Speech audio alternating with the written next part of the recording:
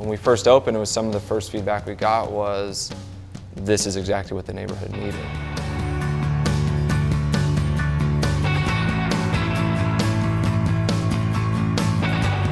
None of us came for money, but we were able to scrap together the money we needed to open the place.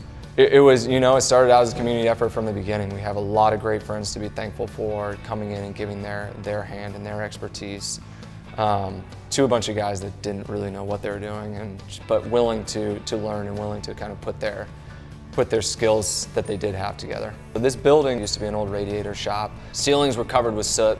There's old installation still stapled up there. There was no heat, no electricity, no real nothing. We fortunately saw the potential it did have. We wanted it to feel as comfortable as you do in your own living room. And the open ceilings were vastly important to us because it is such beautiful old wood. The two bars work together well. The garage doors on both sides work well. I mean, it really has been able to come together. Mike is the brains behind the brewery. I'm not an IPA drinker, and he makes one of the best IPAs in this city. But he rather focus on grains and using some of those subtle flavors of grain as opposed to just letting the hops do all the speaking. So to begin with, our first beer was the MPA, the Migration Pale Ale. He wanted to brew a beer that is a pale ale that can satisfy a hop drinker, yet pale enough that a pale ale drinker can drink it and try to walk that line, and he did an exceptional job at it. Eventually we realized IPA just kind of rules the roost here in Portland, and so out came the Lupulin IPA. And we have an Old Sillinus, which is an English old ale. You don't see a ton of those around, and it is bar none one of our staff's favorite beers. There's 5 different grains in it, and that's what gives it its complexity. Our porter is also, in my opinion, one of the best in the city. It's got that roastiness, it's not too sweet, and just an exceptional beer. We actually have an amazing group of regulars that come in that have been a huge help for us growing as a business.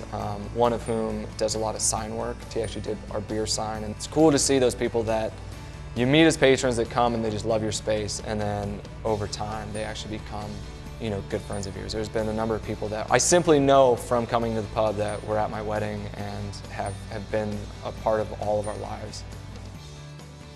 We do a dine-out night every month where we let different organizations come in and we give 10% of proceeds from the night to them. Whether it's a big organization like Make-A-Wish Foundation or a team in training that are trying to raise money for leukemia and lymphoma. It's amazing to see people's mindset and to see giving back becomes this joint effort that everyone wants to try to help in whatever way they can.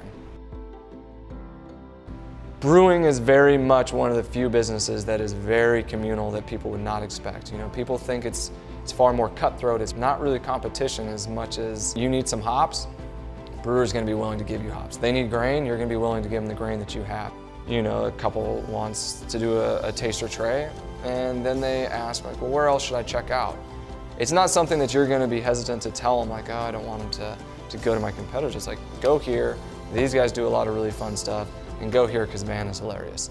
Almost like a personal tour where they can be a part of it. It's a tight-knit group of people that are all doing amazing things, and they all want to kind of push the boundary together, and I think to try to make Oregon that best craft beer capital that it can be. We've built something amazing in this city that brings in billions of dollars, and the more that any of us succeed, the more that we're all going to succeed, and the city's going to succeed, and just kind of keep pushing the boundary of what Beervana really means.